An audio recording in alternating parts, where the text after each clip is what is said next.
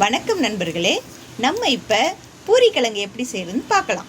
முதல்ல அடுப்பை பற்ற வச்சு கடாயில் எண்ணெய் ஊற்றி எண்ணெயை நல்லா காய விட்டுருங்க. அதுக்கப்புறம் அதில் கொஞ்சம் கடுகு போட்டுக்கோங்க. அதுக்கப்புறமா ஃபஸ்ட்டு கடுகு போட்டு அது பொரிஞ்சதுக்கப்புறம் அதில் தேவையான அளவு சீரகம் சேர்த்துருங்க. சீரகமும் கொஞ்சம் பொரிய விட்டுருங்க. அதுக்கப்புறம் கொஞ்சம் சோம்பு தேவையான அளவு சேர்த்துக்கலாம். சீரகம், சோம்பு, கடுகு எல்லாம் பொரிஞ்சதுக்கப்புறம் கருவேப்பிலை போட்டுக்கணும். அதுக்கப்புறம் நான் நறுக்கி வச்சுருக்கிற வெங்காயம், தக்காளி, பூண்டு, இஞ்சி, பச்சை மிளகாய் எல்லாத்தையும் ஒன்று ஒன்றா அதில் ஆட் பண்ணிக்கலாம். இப்போ ஃபஸ்ட்டு பச்சை மிளகாய் போட்டு வதக்கிக்கணும். எப்போவுமே நம்ம வெங்காயம் தக்காளி போட்டதுக்கப்புறம் பச்சை மிளகாய் போடக்கூடாது. கடுகு சீரகம் பொரிஞ்சோடனே பச்சை மிளகாய் போட்டு கொஞ்சம் வதக்கிக்கணும். அப்போ தான் அதோடய ஃப்ளேவர் கொஞ்சம் இறங்கும். அதுக்கப்புறமா நம்ம பூண்டு சேர்த்துக்கலாம். அதுக்கப்புறமா துருவி வச்சுருக்கிற இஞ்சி சேர்த்துக்கலாம். சேர்த்து நல்லா வதக்கணும். நல்லா இஞ்சி பூண்டு வதங்கினதுக்கப்புறம் நம்ம நறுக்கி வச்சுருக்கிற வெங்காயத்தை அதில் சேர்த்துக்கணும். பெரிய வெங்காயம் தான் நான் நறுக்கி வச்சுருக்கேன். பெரிய வெங்காயம் தான் குருமாக்கும் எப்போவுமே நல்லா டேஸ்ட்டாக இருக்கும். அந்த வெங்காயத்தை நல்லா வதக்கிக்கலாம். பூரிக்கிழங்குக்கு எப்போவுமே வெங்காயத்தை ஸ்லைஸ் பண்ணுறப்போ நீல வாக்கில் ஸ்லைஸ் பண்ணிக்கோங்க. அப்போ தான் நல்லாயிருக்கும். வெங்காயம் போட்டோன்னே அதோட உப்பு சேர்த்துருங்க. உப்பு சேர்த்து வதக்கினா தான் வெங்காயம் நமக்கு சீக்கிரமாக வதங்கும், பொன்னிறமாக வதங்கும். இப்போ உப்பு சேர்த்தாச்சு. நல்லா நம்ம பூரிக்கிழங்கு வதக்கிடலாம்.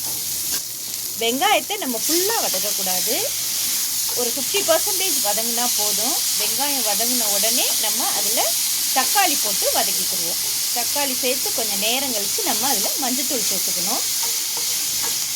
இப்போ தக்காளியை போட்டு நல்லா வதக்கலாம்.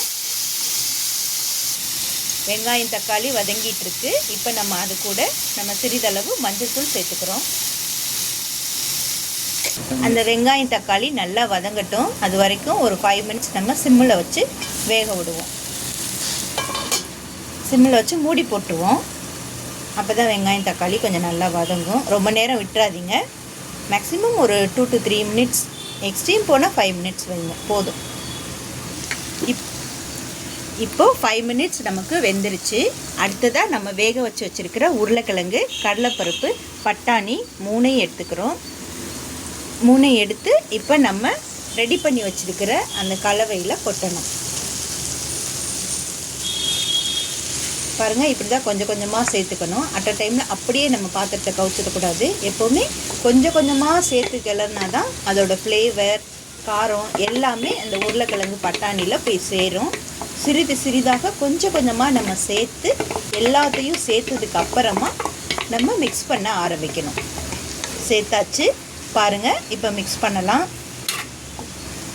நல்லா மிக்ஸ் பண்ணிக்கலாம். பூரிக்கிழங்கோட ஸ்பெஷல் என்னென்னா வெங்காயத்தை வந்து நம்ம ஃபுல்லாக வேக விடக்கூடாது. அரை வேக்காடாக இருந்தால் தான் இன்னும் கொஞ்சம் டேஸ்ட்டாக இருக்கும். பாருங்கள், போட்டு நல்லா மசிச்சு விட்டுக்கணும். பார்க்குறதுக்கே எவ்வளோ கலர்ஃபுல்லாக இருக்குது பாருங்கள். நல்லா டேஸ்ட்டாக இருக்கும். நீங்களும் ட்ரை பண்ணி பாருங்கள். நம்ம இந்த பட்டாணியும் பருப்பும் வேக வச்சு தண்ணி இருக்கும் இல்லையா, மிச்ச தண்ணி, அந்த தண்ணியை நம்ம கொஞ்சம் எடுத்து வச்சுக்கலாம். அந்த தண்ணியை இந்த கலவையில் கொஞ்சமாக சேர்த்துக்கலாம். ரொம்ப கெட்டியாக இருந்துச்சுன்னா சேர்த்துக்கிட்டு கிளறினா இன்னும் கொஞ்சம் நமக்கு நல்லா டேஸ்ட்டு கிடைக்கும். அந்த பட்டாணி பருப்போட சத்தும் நமக்கு வேஸ்ட்டாக போகாது. எல்லாமே நமக்கு ஒன்றா சேர்ந்து கிடைக்கும்.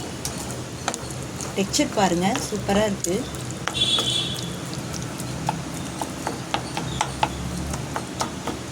நல்லா மசிச்சு விட்டுக்கிட்டு நல்லா கிளறுங்க. இப்போ இந்த டிஷ்ஷில் காரம் வேணும்னா நம்ம கொஞ்சமாக மிளகாத்தூள் சேர்த்துக்கலாம். எங்கள் வீட்டில் குழந்தை இருக்கிறதுனால நம்ம குழந்தைக்காக நாங்கள் மிளகாத்தூள் சேர்க்காமல் இருக்கோம். அவனும் சாப்பிடுவான், அதுக்காக தான் நான் மிளகாத்தூள் சேர்க்கலை.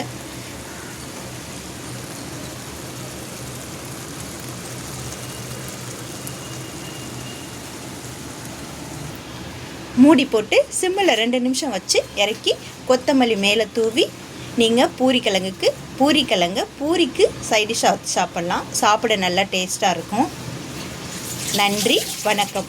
சேனலை சப்ஸ்கிரைப் பண்ண மறக்காதீங்க.